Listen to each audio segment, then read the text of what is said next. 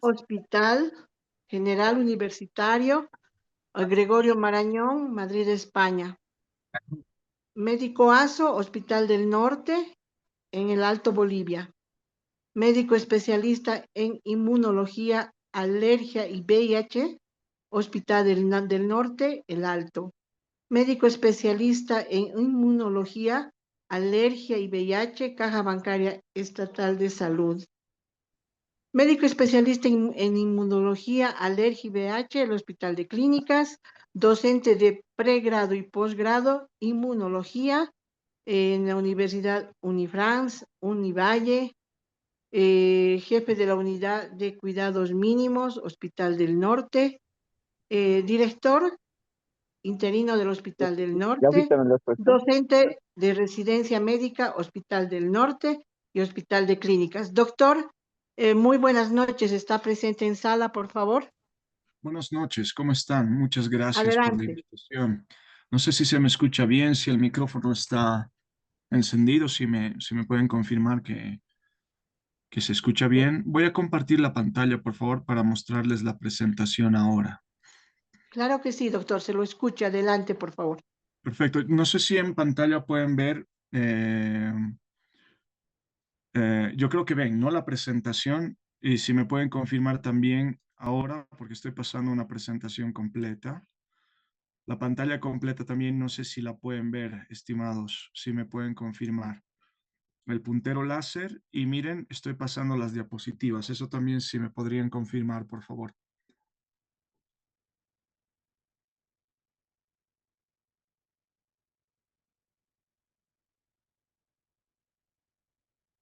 Se escucha bien, se ve bien, ¿no? Perfecto. Bueno, esta es una temática muy interesante. Yo creo que ya en esta parte de la conferencia tienen un poquito de idea del contexto de una enfermedad autoinmune. Pero algo muy interesante en el contexto de la inmunología clínica del día a día es justamente las indicaciones actuales que tenemos para el tratamiento de las enfermedades autoinmunes con gamma-globulina intravenosa. Y un poquito hacer también el contexto del lupus eritematoso sistémico en este término, en este concepto.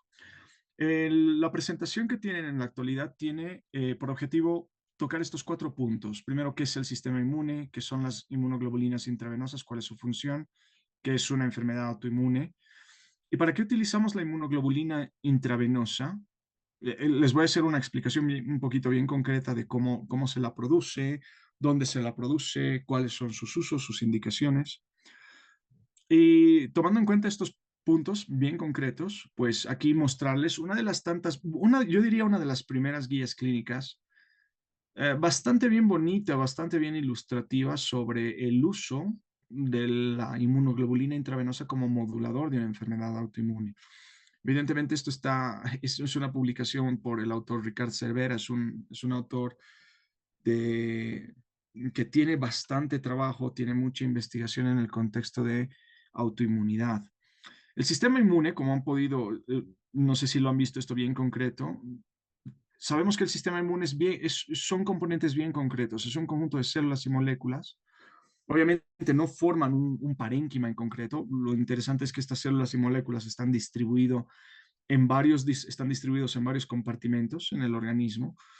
Y la función, evidentemente, ustedes saben, ¿no? El sistema inmuno protege frente a agentes lesivos, pero yo ampliaría un poquito la función en ese sentido porque el sistema tiene el objetivo primario, fundamental, de destruir patógenos. Entonces, el sistema inmune, perdón, lo que hace es buscar a los bichos y destruirlos. Entonces, las moléculas que utiliza el sistema inmune se encargan justamente de eso. Son mecanismos de lisis, de destrucción celular.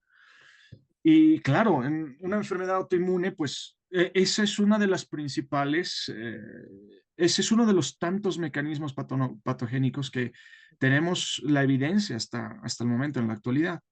Sabemos que el sistema inmune se divide en innato y adaptativo, que lo tienen acá en la figura. Este es el sistema inmune innato, son células y moléculas que actúan rápidamente ante el primer evento de infección. Y luego tenemos al sistema inmune adaptativo, que está conformado por linfos B y linfos T.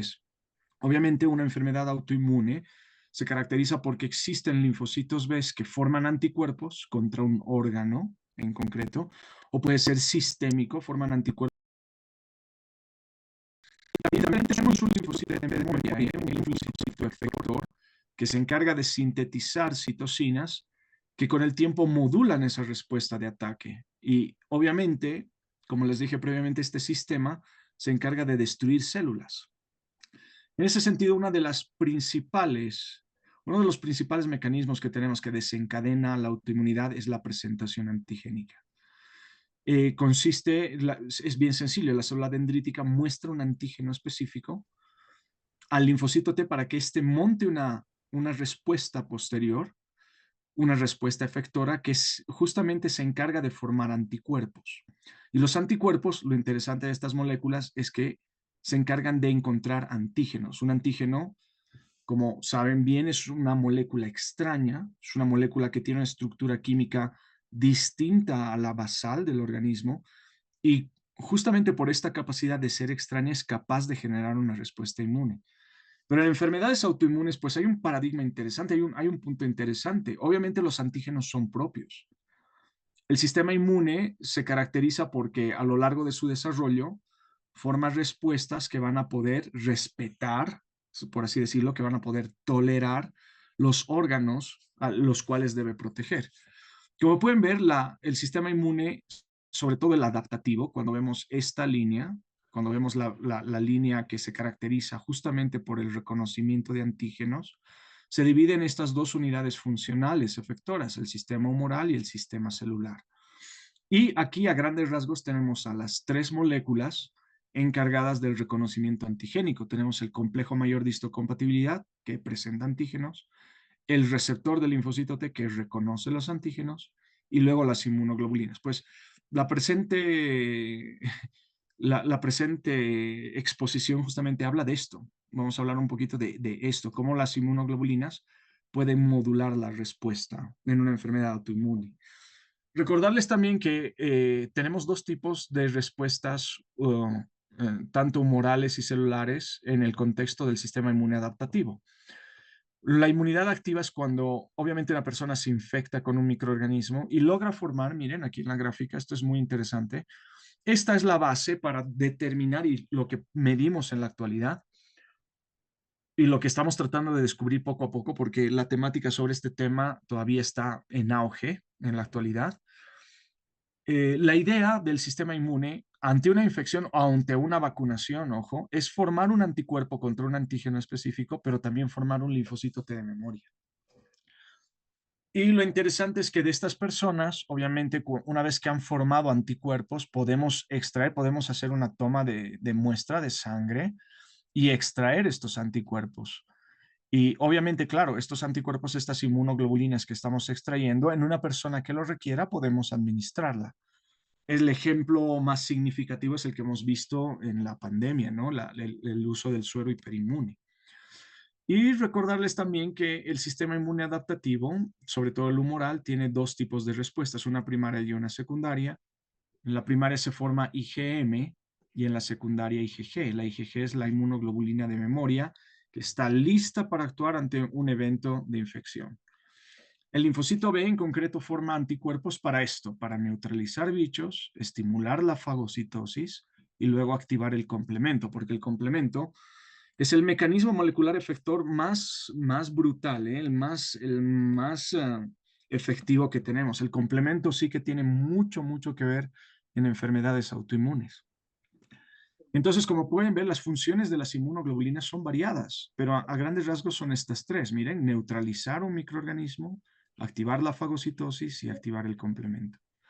Por otro lado, el linfocito T tiene tres funciones y esto obviamente identifica las tres unidades funcionales, bueno, las que tenemos mejor identificadas, porque existen más unidades funcionales dentro de la vía CD4 de los linfocitos T colaboradores, que son, miren, la vía helper 1 es la que activa macrófagos, la helper 17 es la que activa la inflamación y la helper 2 es la que estimula la proliferación y diferenciación del propio linfocito T y de los linfos B.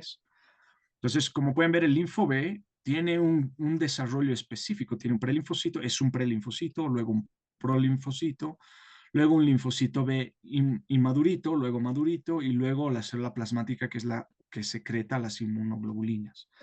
En toda esta línea en el estudio basal de esta célula, pues les cuento, es bien larga, es bien compleja. Aquí, como pueden ver, el linfocito B lo que está aprendiendo a lo largo de su vida es a formar esta molécula.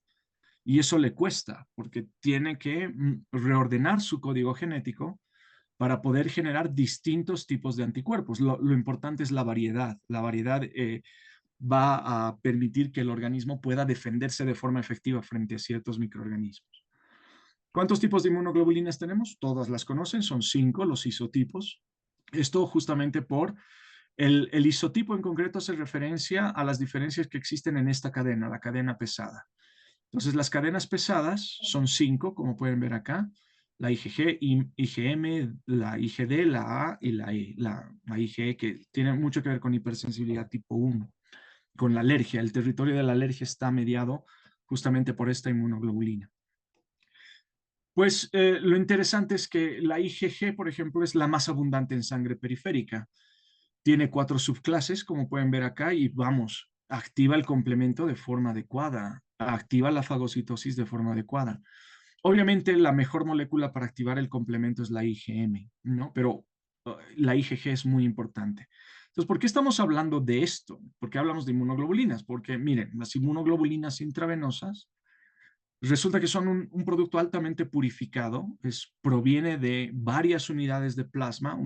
Los laboratorios, los grandes laboratorios que pueden producir este producto, pues obtienen de distintos donantes el plasma, y existe un proceso muy interesante de fraccionamiento del plasma, porque se va fraccionando, se van generando fases del plasma, y de una fase específica se obtiene este purificado de inmunoglobulinas intravenosas que ven acá. Entonces, el proceso, en realidad los pasos para obtener una inmunoglobulina intravenosa son los que ven acá: el fraccionamiento, la purificación, la estabilización, la inactivación de patógenos, porque recuerden, algunas personas están infectadas con virus B, virus C, virus de la hepatitis B y C. Entonces, pues evidentemente hay que, en lo posible, ¿no? Tratar de que esas personas no sean donantes, pero si alguna vez se topa con algún patógeno viral, la idea es que en la preparación exista esta fase, ¿no? De remoción e inactivación, sobre todo de virus. Y luego se tiene el purificado completo de inmunoglobulina. Y como pueden ver, los productos del plasma son varios. Es que, vamos, de cuando una persona nos dona el plasma, podemos obtener albúmina, la propia gamma globulina intravenosa, la alfa-1 antitripsina, que se la utiliza obviamente en enfermedad pulmonar obstructiva crónica, estamos hablando de enfisema, y también factores de coagulación, ¿no? Esto es muy interesante. Entonces, como pueden ver acá, miren, del plasma, de este plasma fresco hiperinmune, obtenemos todos estos productos. Y claro, aquí tienen, por ejemplo, las fases del fraccionamiento del plasma, ¿no? Tenemos la fase 1, fase 2, fase 3, fase 4 y fase 5. Entonces, las gamaglobulinas, en concreto, cuando se hace esa división del plasma, puede ser por centrifugado. Hay varios métodos que dividen en fracciones el plasma. Entonces, lo interesante es que la fracción 2 y 3 es la que está más altamente concentrada con inmunoglobulina.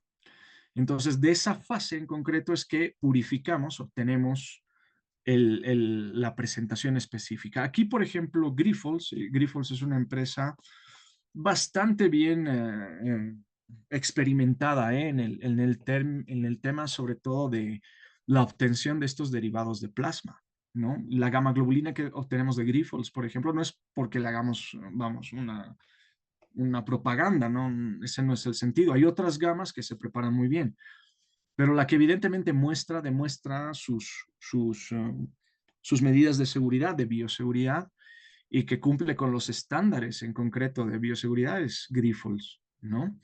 Entonces, la característica ideal de la gamma globulina es, en lo posible, obtenerla de 1000 a 10.000 donantes. Lo importante es que tenga un 90% de IgG, y que obviamente su actividad biológica se mantenga, y que obviamente contenga las 4 subclases de IgG. Otra cosa que es muy importante es que debe estar libre de contaminantes y debe estar libre de agentes infecciosos. La gamaglobulina intravenosa en concreto tiene estas indicaciones primarias, es decir, acá es cuando sí o sí utilizamos gamaglobulina. Y en concreto, la actividad de inmunología clínica del día a día es justamente evaluar todas estas patologías, ¿no? En realidad, lo que ven acá es lo que llega a la consulta de inmunología, que son las inmunodeficiencias primarias, la púrpura trombocitopénica idiopática, bueno, que ahora conocemos que es la púrpura autoinmune en concreto, la trombocitopenia autoinmune, el síndrome de Kawasaki, que es una vasculitis que se da sobre todo en edad infantil, la leucemia linfática crónica, la infección por el VIH. Ojo, esto en pacientes pediátricos sí que lo estamos usando cuando hay evidencia de disminución de inmunoglobulinas, porque requieren estos pacientes. Y a los pacientes que van a ser, obviamente, preparados para un trasplante de médula ósea. O, en concreto, un trasplante, en mejor término sería un trasplante de progenitores hematopoyéticos, ¿no? Pero como pueden ver acá, solo hay una indicación específica de enfermedades autoinmunes, bueno, dos en concreto, ¿no? Que son la púrpura trombocitopénica idiopática y el síndrome de Kawasaki. Entonces, una enfermedad autoinmune se caracteriza por qué, estimados colegas, estimados participantes. Se caracteriza porque formamos linfocitos y anticuerpos contra un tejido propio. Eso es autoinmunidad. El sistema inmune está montando una respuesta y está atacando a los órganos propios. Y las enfermedades autoinmunes, como ya han debido repasarlo previamente, tienen características bien interesantes en común. Por ejemplo, hay una predisposición mayor por el género femenino, y esto se debe sobre todo a que los linfocitos T femeninos, esto es algo muy interesante, tienen receptores para estrógenos. Entonces, en picos estrogénicos existe una mayor actividad linfocitaria T, por ejemplo. Obviamente se ha asociado a haplotipos del complejo mayor de histocompatibilidad, del HLA. Tiene mucho que ver con las líneas funcionales del linfocito T, como habíamos descrito previamente la vía Helper-1. Y no solo la Helper-1, sino la vía del CD8, de las células citotóxicas. Se caracteriza porque obviamente hay algunos anticuerpos que tienen ese reordenamiento, esa hipermutación somática algo alterada. Y es por ese motivo que se crean anticuerpos anormales. O sea, son anticuerpos que no deberían formarse. Y obviamente existe una activación, sabemos que existe un trigger o un desencadenante infeccioso que estimula una proliferación, por así decirlo, una activación policlonal del linfocito B. El linfocito B empieza a generar anticuerpos un poquito alocado frente a todo. Entonces, la gamaglobulina en enfermedades autoinmunes, pues depende de la dosis que se va a ser utilizada y sobre todo la indicación. Como pueden ver, cuando tratamos una inmunodeficiencia, en concreto, la dosis es de 400 a 600 miligramos por kilo cada 30 días, cada 21 a 30 días. ¿Ya? Esa es la norma, esa es la regla. Pero miren, en una enfermedad autoinmune requerimos más dosis, requerimos una dosis mayor, de 1 a 2 gramos por kilo. Entonces, miren, si tenemos una persona de 70 kilos y hay que modularla, pues necesitamos 70 gramos. Y claro, los frasquitos de gamma globulina vienen en 5 gramos. Imagínense, necesitamos un montón. Y obviamente cada frasco, solo por un tema de interés económico, lo podríamos decir. Un frasco es un poco carito, ¿eh? Tenemos presentaciones desde 2.800 bolivianos hasta 5.000. Entonces, imagínense el monto económico que esto implica. Por lo tanto, cuando vayan a ser utilizados, pues lo principal es ver la indicación y que la indicación sea primaria y que esté bajo la guía clínica actualizada del uso de manejo de gamaglobulinas intravenosas. ¿Cuáles son sus mecanismos de acción? Pues tiene que ver con la región variable, también con la región constante y sobre todo con su grado de activación del complemento, pero también inmunomodulación del complemento, ¿ya? Entonces, miren, las inmunoglobulinas, cuando actúan normalmente, hacen estas tres cosas, lo que les decía previamente, neutralizan, estimulan la fagocitosis y estimulan el complemento. Pero también, dependiendo de la concentración, de la cantidad de inmunoglobulina que esté circulando, tienen cierto efecto sobre la inflamación, porque la idea en concreto en una enfermedad autoinmune es desaturar los receptores del linfocito B para que el linfocito B se quede, por así decirlo, inhibido, se quede dormido. Y con esta modulación que estamos dando, sobre todo como estamos dando gran cantidad de inmunoglobulina, y miren, obviamente la neutralizadora de patógenos, aquí como pueden ver, las 4 subclases de IgG tienen esa función primordial, lo mismo en opsonización y lo mismo en activación del complemento, ¿no? Estas funciones son vitales. Entonces, como ven, esta es la estructura, ya les había comentado, tiene una cadena pesada, una cadena liviana, y esta es la región variable, este es el sitio en el cual se une, este es el sitio de unión antigénico. Entonces, el objetivo es este, miren, todas las células, bueno, la gran mayoría de las células del sistema inmune, sobre todo fagocitos, como neutrófilos, macrófagos y las propias natural killer, tienen receptores de inmunoglobulinas. Entonces, cada vez que una inmunoglobulina se une a un patógeno, pues el patógeno va a ser destruido por justamente esta activación celular, esta célula efectora. La célula efectora va a reconocer con mejor facilidad al patógeno. En la enfermedad autoinmune, en concreto, cuando damos mucha inmunoglobulina, hay varios factores que se ven alterados. Por ejemplo, inhibimos un poquito la presentación antigénica, porque hay saturación de receptores, hay saturación en todo caso de inmunoglobulinas, de los receptores en las células presentadoras de antígeno, en las células dendríticas. Hay una inhibición de la función macrofágica, porque es lo propio, como estamos dando mucha inmunoglobulina, el macrófago se va inhibiendo.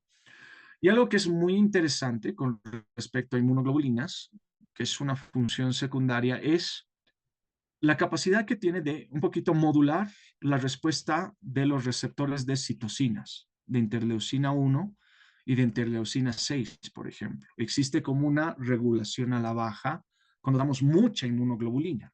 Estamos saturando a las células. Al saturarlas, pues se puede bloquear esas vías. No existe una señalización de las citocinas. Por lo tanto, los mecanismos proinflamatorios se ven afectados. No hay inflamación. Y esta función que es muy interesante es lo que les comentaba previamente, la inmunoglobulina, cuando saturamos el receptor del linfocito B, el linfocito B se duerme, se inhibe. Entonces ese anticuerpo que estaba formando previamente, pues ya no se forma y ya no es tan agresiva la enfermedad autoinmune. Aquí les muestro un ejemplo. Tenemos los beneficios en ensayos clínicos se han probado en enfermedad de Kawasaki, por ejemplo, en la dermatomiositis, en el LES y en las enfermedades ampollosas. Les cuento que en dermatología, por ejemplo, del Hospital de Clínicas, tenemos una casuística importante de pénfigo, ¿eh? Y el pénfigo, como saben, se caracteriza justamente por eso. El pénfigo, que es una enfermedad ampollosa, se caracteriza por la formación de anticuerpos antidesmogleína, o sea, son receptores específicos de las células de unión, bueno, son receptores de unión en concreto de la epidermis. Y claro, cuando se atacan estos receptores, pues existe una cantólisis, la barrera epitelial se destruye. Y cuando nosotros damos mucha inmunoglobulina a estos pacientes, cuando se les administra, se ve una respuesta, se evidencia una respuesta de la lesión, porque en estos pacientes lo que vemos es que se les cae la piel, es así de sencillo. Tienen áreas de desprendimiento cutáneo muy intenso. Entonces, existen series de casos ya un poco más avanzados en Sjögren, en esclerosis sistémica, en la púrpura de Schönlein-Henoch y en la enfermedad de Behçet, ¿no? Y claro, todavía hay algunos beneficios no probados, pero está también en investigación en el contexto de síndrome antifosfolipídico, en artritis reumatoide y en una miopatía muy fea, en la miositis por cuerpos de inclusión.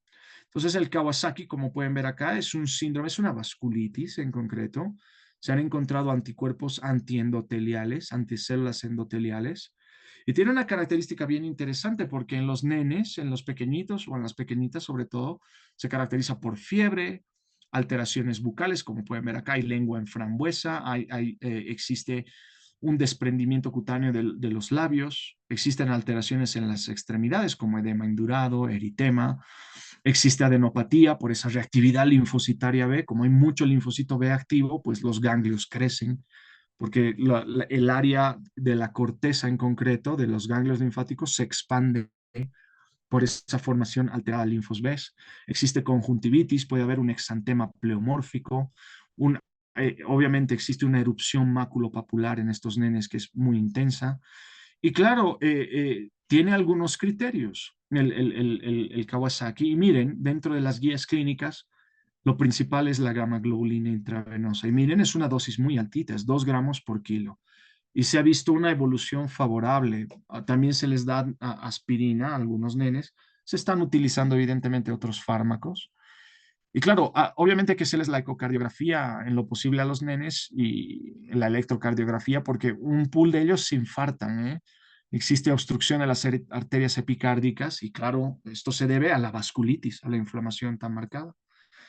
Entonces aquí, obviamente, esta fue una de las primeras descripciones de Mason Lee sobre el uso de gamma-globulina intravenosa en un paciente que era resistente a metotrexato, que tenía enfermedad de Kawasaki. Y aquí les indica cómo lo ha administrado, cómo administraron la gamma-globulina intravenosa a lo largo de estos días. Presenta una evolución adecuada. La dermatomiositis es otra enfermedad muy interesante. Esta es una miopatía inflamatoria en el que existen tanto alteraciones cutáneas como un infiltrado linfocitario en el músculo. Entonces, obviamente hay alteraciones características cutáneas, como aquí tienen las pápulas de Gottron, por ejemplo, y el eritema pleomórfico, acá, este eritema sobre todo en el área palpebral. Y obviamente puede haber calcificación muscular, miren, acá se puede ver ese grado de calcificación por la inflamación muscular.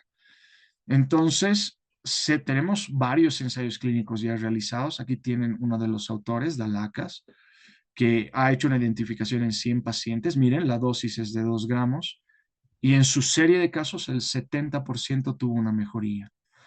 Vio una mejora en el perfil del infiltrado inflamatorio en la biopsia y obviamente el mecanismo que él propone es que de alguna forma la gamma globulina interviene un poquito en ese depósito del amiloide entre las fibras musculares, lo evita, ¿no? Por esa actividad linfocitaria beta marcada.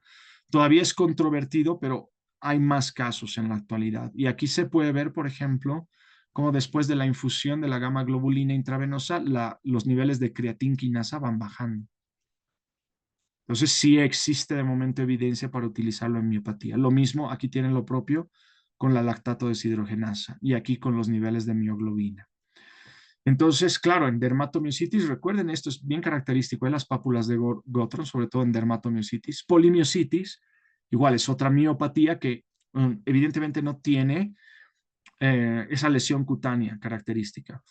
Pero en concreto, los criterios de Peter y Bohan, los autores que han logrado clasificar bien esto, sí que solicitan en lo posible hacer la biopsia. Tenemos que biopsiar el músculo de estos pacientes, identificar el tipo de infiltrado, si el infiltrado es intrafibra, si está dentro de la fibra o está alrededor de la fibra muscular. Y claro, eso nos logra identificar un poquito, diferenciar la dermatomiositis de la polimiositis.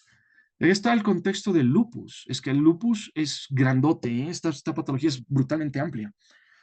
Y la experiencia que se tiene son en estos contextos en concreto, sobre todo en trombocitopenia autoinmune severa, en anemia hemolítica con neutropenia, en la trombocitopenia neonatal y en la aplasia de células rojas. Y sobre todo, esto todavía es debatible, pero sí que lo usamos en ocasiones es en el hemofagocitio. Todavía es controversial.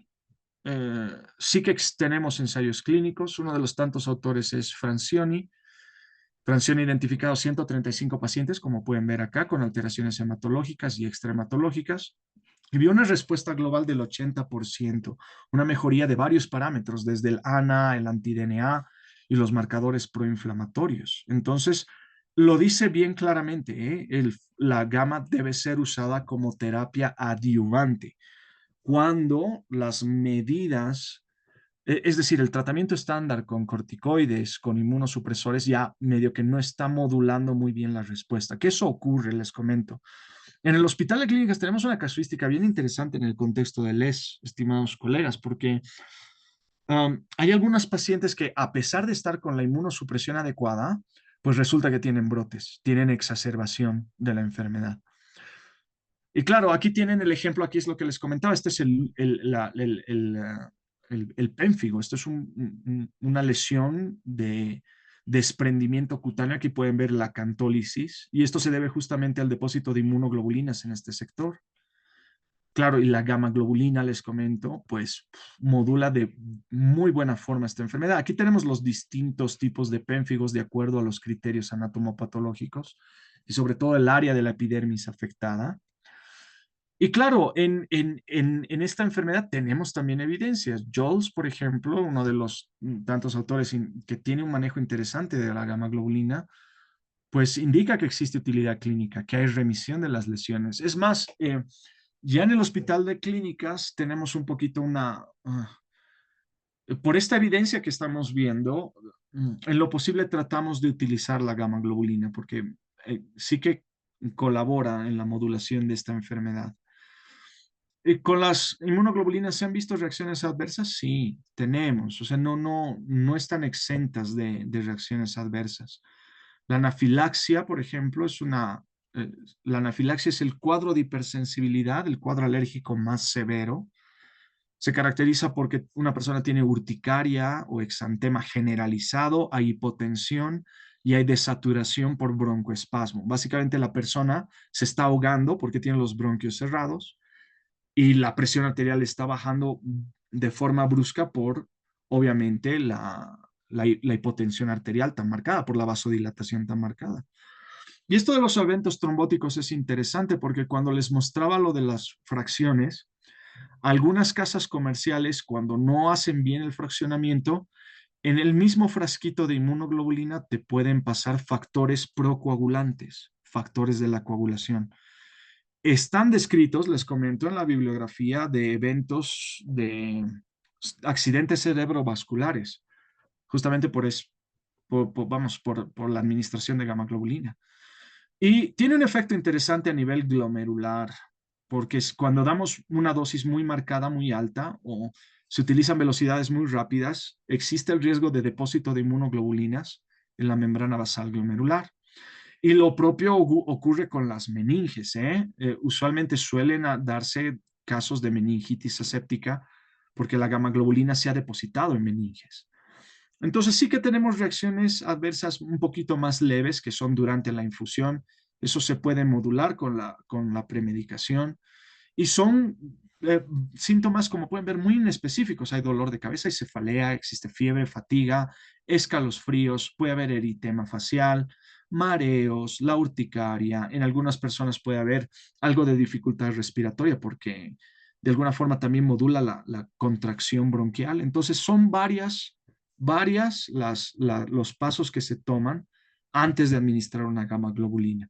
La gamma globulina, estimados colegas, les voy a recordar, esto es algo bien importante, solo se administra con consentimiento informado y con el protocolo normatizado y bien documentado en el expediente clínico. ¿No? Esta es la presentación, yo diría, la más segura de Grifols. Miren, aquí tienen una al 5%, estos son 5 gramos en concreto. Hay algunos que vienen en 10 gramos. Se necesita evidentemente un infusor para administrarlo. Y bueno, como pueden ver acá en las conclusiones, pues la gamma globulina es una modalidad de tratamiento viable. De momento tenemos evidencia de su uso en enfermedades autoinmunes. Su utilidad clínica radica más en una terapia adyuvante, no es una terapia primaria. Primero, como han podido ver inicialmente en las distintas presentaciones, se utilizan inmunosupresores. Y obviamente, como les decía previamente, como son altas dosis, se requiere un protocolo. Siempre tiene que tener un protocolo normatizado, tiene que tener el consentimiento firmado, porque esto es una tarea médico-legal. Se protege tanto el médico como el paciente. Y obviamente, de acuerdo a las características generales de los pacientes, pues se va modulando la velocidad. Hay una velocidad de infusión. Esto es el día a día de la administración de gamma globulina, ¿no? Obviamente, lo ideal es que el servicio de inmunología pueda realizar la prescripción y la indicación, pero ojo, la gamma globulina se utiliza en varias especialidades. Se utiliza en reuma, en derma, en hemato, en alergo, en neumo, en nefro, en neuro, estimados colegas, para las encefalitis autoinmunes. Eso es algo que no tuve tiempo de ponerles acá, pero tenemos en el hospital de clínicas, Tenemos mucha experiencia en encefalitis autoinmunes de momento y hay un pool que los estamos modulando muy bien con gamma globulina intravenosa. Eso es todo, les agradezco por la atención, les agradezco por haberme escuchado este tiempo, espero no haberme prolongado mucho y espero que se haya entendido, vamos, de forma clara. Y de nuevo, estimados organizadores de la conferencia, de estas sesiones, les agradezco mucho por la invitación.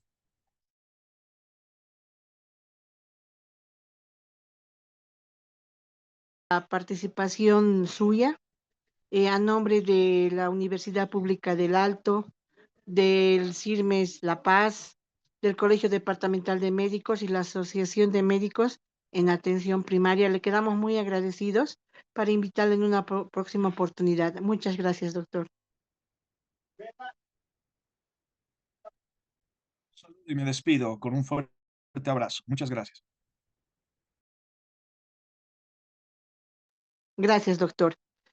Muy bien, colegas. A continuación, estamos con un nuevo participante, nueva expositora, que es nuestra estimada licenciada Celia Limachi Palacios, jefe ahí del Departamento de Enfermería, ex enfermera de